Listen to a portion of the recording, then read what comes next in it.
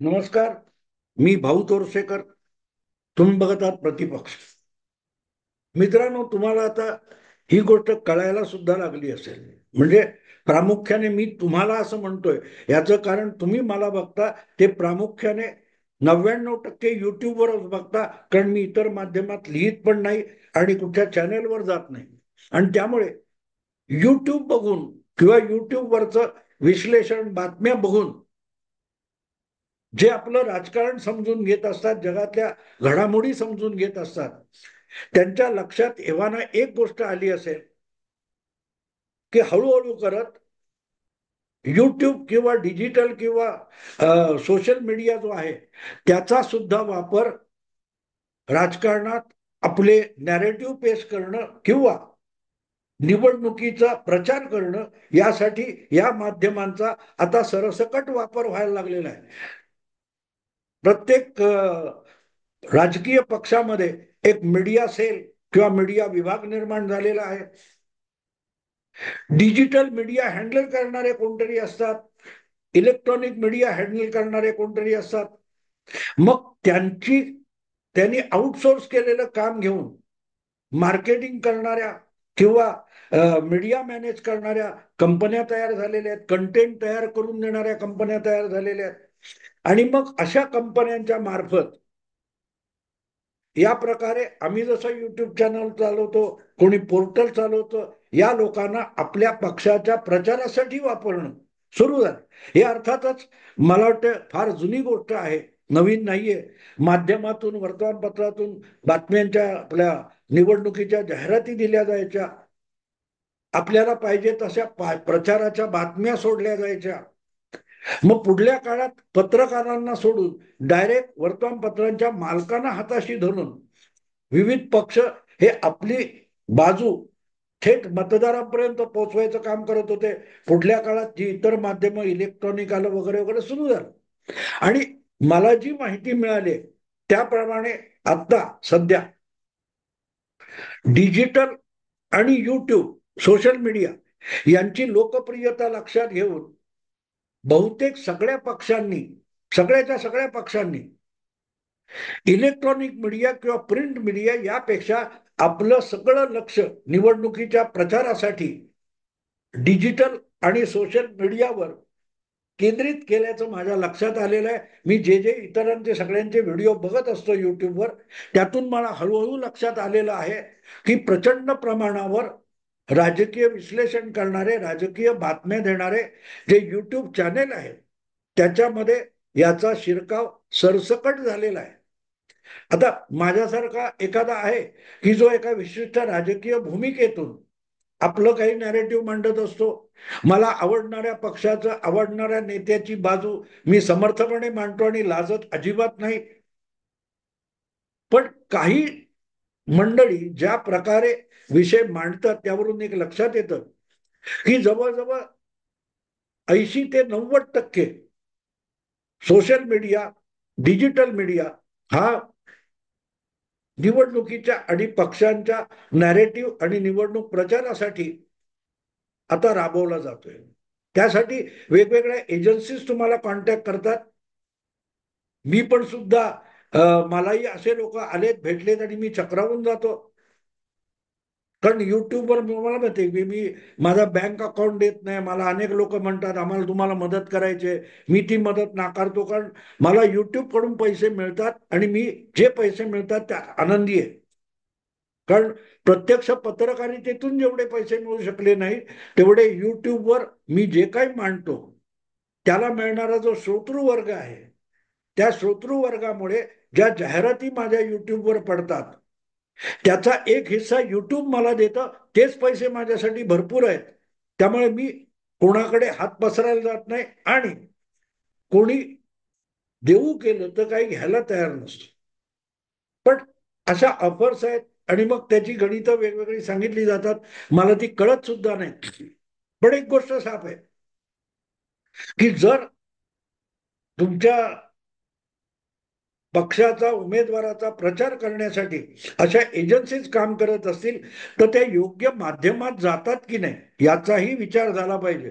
तुम्हाला आठवत असेल तर लोकसभेमधल्या भाजपच्या महाराष्ट्रातल्या अपयशानंतर मी भाजपच्या अशा रीतीने आउटसोर्स केलेल्या एजन्सी आणि कंपन्या यांच्यावर उघडपणे हल्ला चढवला होता. हे लोक काय करत होते?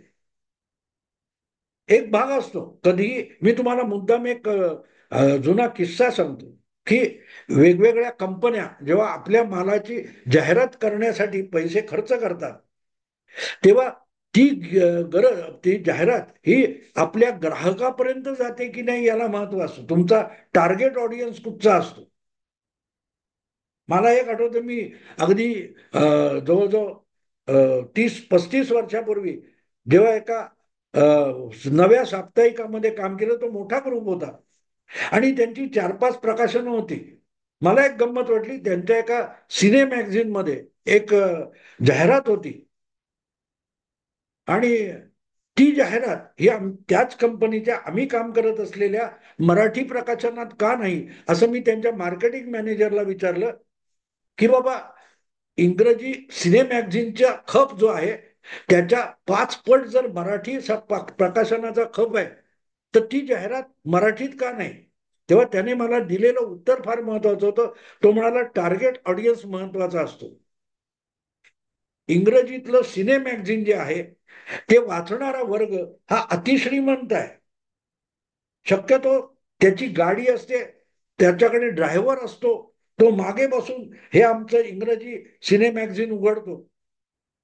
आणि तुमचं मराठी प्रकाशन आहे ते बसमध्ये किंवा ट्रेनमध्ये प्रवास करताना त्या गर्दीमध्ये कसं बसो तो माणूस वाचत असतो गर्दीमध्ये.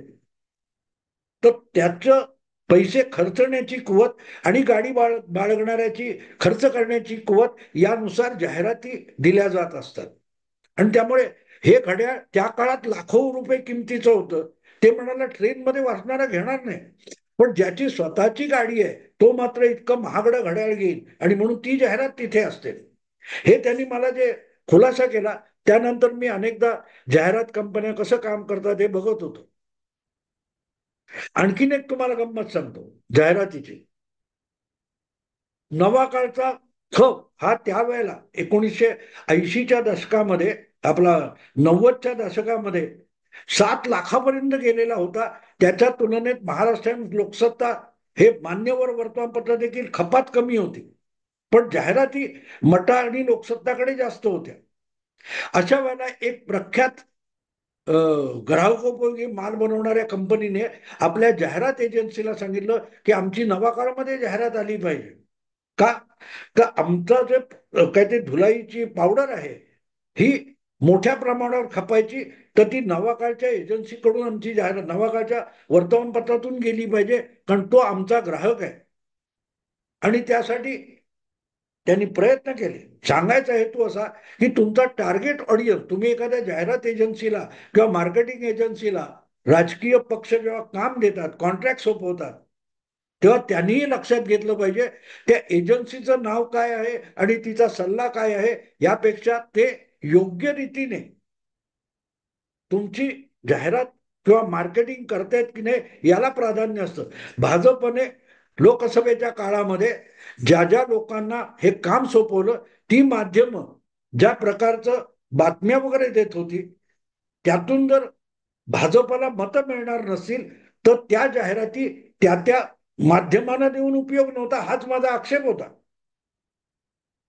आज सुद्धा आणखीन एक भाग माझ्या लक्षात आला की ज्या प्रकारे एकनाथ शिंदे यांनी अनेक लोकांना मदतीला एजन्सीजना घेतलेला आहे आणि त्यामध्ये अधिकाधिक मतदार आपल्याकडे आणि आपल्या प्रतिमेकडे कसा वळेल यासाठी एकनाथ शिंदे प्रयत्न करत असतील, तर त्यात मला मी जे ऐकलंय त्यानुसार मला एक त्यात थोडी गल्लत वाटली. ती गल्लत म्हणजे शक्य तितक्या मराठी युट्यूब किंवा पोर्टलची एकनाथ शिंदेसाठी काम करणाऱ्या एजन्सीज कॉन्टॅक्ट करतायत.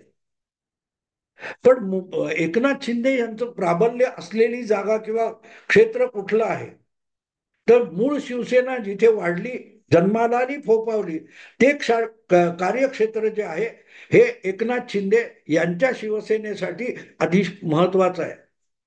शिवसेना मुंबईत स्थापन झाली.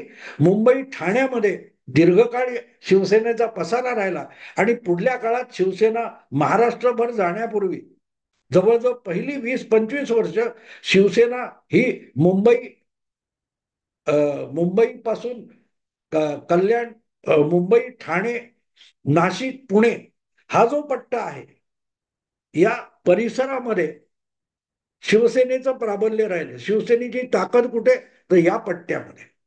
मग ते नगरपालिका जिंकणं असो, पुढल्या काळात विधानसभा जिंकणं असो, आणि हा सगळा परिसर जर तुम्ही घेतलात, मुंबई, ठाणे, पुणे, नाशिक, मग अर्थात नगरचा काही भाग वगैरे येतो, तर हा पट्टा जर तुम्ही घेतलात तर त्याच्यावर एकनाथ शिंदेना आपलं टार्गेट करावं लागेल. आणि ते टार्गेट करताना फक्त मराठी मतदार टार्गेट करून चालणार नाही. एकनाथ शिंदे शिवसेनेचे आज अधिकृत शिवसेनेचे सर्वात प्रमुख नेते आहेत आणि मराठी हा शिवसेनेचा बाणा असला तरी पुढे हिंदुत्वाची भूमिका घेतल्यानंतर मुंबई आणि मुंबईचा सगळा परिसर MMRDA वगैरे आपण म्हणतो आणि इकडे पुणे आणि नाशिक पर्यंतचा पट्टा घेतला तर तो अमराठी मतदार किंवा नागरिक सुद्धा आपोआप शिवसेनेच्या जवळ येत गेलेला आहे. अनेकांना तर मराठी बोलता येणार नाही. आज शिवसेनेचे अनेक नेते वगैरे तुम्ही बघितलेत आज जॉईन झालेले, त्यांनाही मराठी धड येत नाही, पण ते शिवसेनेचे समर्थक आहेत. हिंदुत्व म्हणून 1992-93च्या दंगलीनंतर मुंबई आणि मुंबईचा जो सगळा MMRDA परिसर मी सांगतो, या परिसरामध्ये प्रचंड प्रमाणावर अमराठी महाराष्ट्रीयन नसलेला पण या पट्ट्यामध्ये या विभागामध्ये वसलेला जो नागरिक आहे हा मोठ्या प्रमाणावर शिवसेनेकडे आकर्षित झाला. म्हणून मला आठवतं की संजय निरुपम वगैरे सारख्यांनी हिंदी भाषिक शिवसेना म्हणून मेळावे घेतलेले होते. अशा अमराठी मतदाराकडे किंवा अगदी स्पष्ट सांगायचं तर हिंदी मतदाराकडे पाठ करून एकनाथ शिंदेना पल्ला मारता काय तो मोठा पल्ला गाठता येणार नाही. शिवसेना ही फक्त मराठी आणि मराठी हिंदूंपुरती मर्यादित नाही तर ती प्रचंड प्रमाणावर अमराठी हिंदूंना सुद्धा जवळची वाटते आणि म्हणूनच त्या मतदाराला जवळ करणं हे एकनाथ शिंदे यांच्यासाठी महत्वाचं आहे. मला ज्या 1-2 लोकांशी माझा संपर्क झाला एजन्सी म्हणून काम करणाऱ्या, त्यांच्याशी बोलत असताना जी मी माहिती घेतली तेव्हा माझ्या लक्षात आलं की प्रामुख्याने ही मंडळी मराठी डिजिटल मीडिया किंवा सोशल मीडिया यांच्या संपर्कात आहेत, पण त्यांनी हिंदी मीडियाचं फारशी दखल घेतलेली दिसत नाही. पण मी जो पट्टा सांगतो तुम्हाला, मुंबई, ठाणे, पालघर, तुमचा नाशिक, पुणे, नगर, हा सगळा रायगड, हा पट्टा तुम्ही घेतला तर त्यामध्ये मराठी मतदाराशी तुल्यबळ असा अमराठी मतदार आहे जो हिंदी प्रभावित आहे. हिंदी प्रभावित आहे, तो परस्परांशी हिंदीत बोलतो. म्हणजे तमिळी असेल, पंजाबी असेल, उत्तर भारतीय असेल, बंगाली असेल किंवा गुजराती असेल, हे एकमेकांशी हिंदीत बोलताना तुम्हाला दिसेल. आणि म्हणून हिंदी मीडिया जो आहे हे कव्हर करणारा, त्या हिंदी मीडियामध्ये जर शिंदेना शिरकाव करता आला नाही तर या मतदारापासून अमराठी हिंदी समजू शकणाऱ्या मतदारापासून शिंदेना वंचित व्हावं लागेल. मी नेमकं तुम्हाला सांगतो की तुम्ही बघा की अरविंद सावंत आणि तुमचे राहुल शेवाळे यांचे जे मतदारसंघ आहेत किंवा तिकडे दिना का काय तो संजय दिना कामत, तुमचे रवींद्र वायकर, हे जे मुंबईतले मतदारसंघ आहेत या मतदारसंघामध्ये शिवसेनेचे उमेदवार हे कमी मतांमध्ये काय ते वायकर निवडून आले, पण राहुल शेवाळे यांचा पराभव जो झालेला आहे याचं कारण एकनाथ शिंदे यांच्या पक्ष संघटनेचा आवाका हा हिंदी मतदारासमोर नव्हता. तुमच्या याच्यामध्ये मला वाटते भाजपचं नुकसान जे झालं तुमच्या भिवंडी मतदारसंघामध्ये. त्याचं तेच कारण तुम्हाला सांगता येईल. आणि म्हणून ज्या काय एजन्सीजना तुम्ही काम दिले, त्या एजन्सी ह्या हिंदी मतदारापर्यंत पोहोचणारी माध्यम गोळा करतायत की नाही हे जर बघितलं नाही, तर मला वाटतं विधानसभेच्या निवडणुकीमध्ये एकनाथ शिंदे यांना उद्धव ठाकरे यांच्याशी टक्कर देता येणार नाही. मतविभागणीमध्ये मोठ्या प्रमाणावर उद्धव ठाकरे यांच्याकडे असलेला जो अमराठी किंवा हिंदी भाषिक शिवसैनिक आहे तो त्यांच्याकडे टिकलाय. त्याला जर हिंदुत्वाच्या मूळ मुद्द्याकडे, बाळासाहेबांच्या मुद्द्याकडे आणायचं असेल, तर मला वाटतं मोठ्या प्रमाणावर एकनाथ शिंदेना आपल्या हिंदी मतदारामध्ये पेनेट्रेट करावं लागेल, घुसावं लागेल. आणि ते काम मराठी सोशल मीडियातून होईल असं मला वाटत नाही. आणि मी अनेक हिंदी, आमचा संजय दीक्षितांचं जयपूर डायलॉग आहे, ओमकार चौधरी, अंजू पंकज किंवा अभिषेक तिवारी इत्यादी हिंदी युट्यूब चॅनेलवर जातो. तिथला माझा अनुभव असा आहे की फार मोठ्या प्रमाणावर त्यांना फॉलो करणारा अगदी शुद्ध मराठी श्रोता सुद्धा आहे. हिंदी तर आहेच. आता मी ऍक्च्युअली हे बोलतोय तेव्हा मी दिल्लीत आहे आणि उद्या मी दिल्लीहून जयपूरला 3 दिवसाचं जयपूर डायलॉगचं संमेलन आहे त्यासाठी जाणार आहे. मला पण मोठ्या प्रमाणावर हे हिंदी भाषिक जबरदस्ती करतात, म्हणून मी प्रतिवाद नावाचं हिंदी चॅनल काढलेलं आहे. त्याचा फॉलोअर हिंदी आहे. मोठ्या संख्येने तो महाराष्ट्रातला आहे, मराठी आहे, पण महाराष्ट्राबाहेरचा सुद्धा हिंदी श्रोता मला मोठ्या प्रमाणावर फॉलो करतो. आणि ओमकार चौधरी, संजय दीक्षित किंवा तुमचे अभिषेक तिवारी वगैरे यांना बघणारा हिंदी भाषिक मोठ्या संख्येने महाराष्ट्रात राहणार आहे आणि मतदार आहे तो मतदार आहे. त्यामुळे मला असं वाटतं की त्या भाजपकडे ऑल इंडिया यंत्रणा आहे, पण एकनाथ शिंदे यांच्या बाबतीत राज्यव्यापी पक्ष असल्यामुळे किंवा प्रादेशिक पक्ष असल्यामुळे त्यांना हिंदी मतदार मिळवणं हे थोडं त्रासदायक होईल. पण दुर्दैव असं आहे त्यांचं की मुंबई आणि ठाणे, पुणे, नाशिक, रायगड या पट्ट्यामध्ये शिवसेना हा शिवसेनेचं प्रभाव क्षेत्र आहे. पण तिथेच जवळपास 1.5 ते 2 कोटीच्या आसपास महाराष्ट्रामध्ये जो हिंदी भाषिक मतदार आहे तो प्रामुख्याने जवळजवळ 1 कोटीच्या आसपास या एमएमआरडीए परिसरात आहे. आणि तो Marathi social media, digital media किंवा वर्तमानपत्र चॅनेल, इलेक्ट्रॉनिक चॅनेल यांनी कव्हर होणार नाही.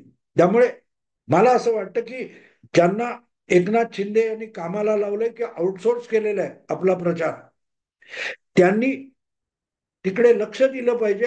किंबहुना एकनाथ शिंदेनी निवडणुकीत आपल्याला यश मिळवायचं असेल त्यांना, तर आपल्या एजन्सीजना या हिंदी भाषिक डिजिटल मीडियाकडे वळायला भाग पाडलं पाहिजे.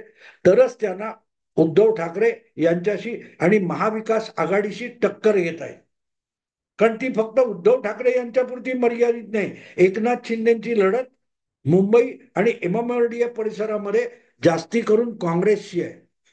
आणि अमराठी हिंदी भाषिक यांची मतविभागणी काँग्रेस आणि शिवसेना, काँग्रेस आणि भाजपशी होत असते. तेव्हा भाजप ज्या पद्धतीत काम करतो त्यांच्याकडे ऑल इंडिया यंत्रणा आहे, पण शिवसेना शिंदे गटाकडे ती यंत्रणा आहे की नाही मला शंका आहे. पण ज्या प्रकारे मला माहिती मिळाली त्यामध्ये सोशल मीडियाच्या बाबतीत किंवा प्रामुख्याने इलेक्ट्रॉनिक मीडियाच्या बाबतीत एकनाथ शिंदे अमराठी किंवा हिंदी भाषिक माध्यमात तोकडे पडतायत ही वस्तुस्थिती आहे. त्याचा त्यांनी विचार करावा. हिंदी मतदार एकनाथ शिंदेना जोडून घ्यावा लागेल हे वास्तव सांगण्यासाठीच हा व्हिडिओ बनवला.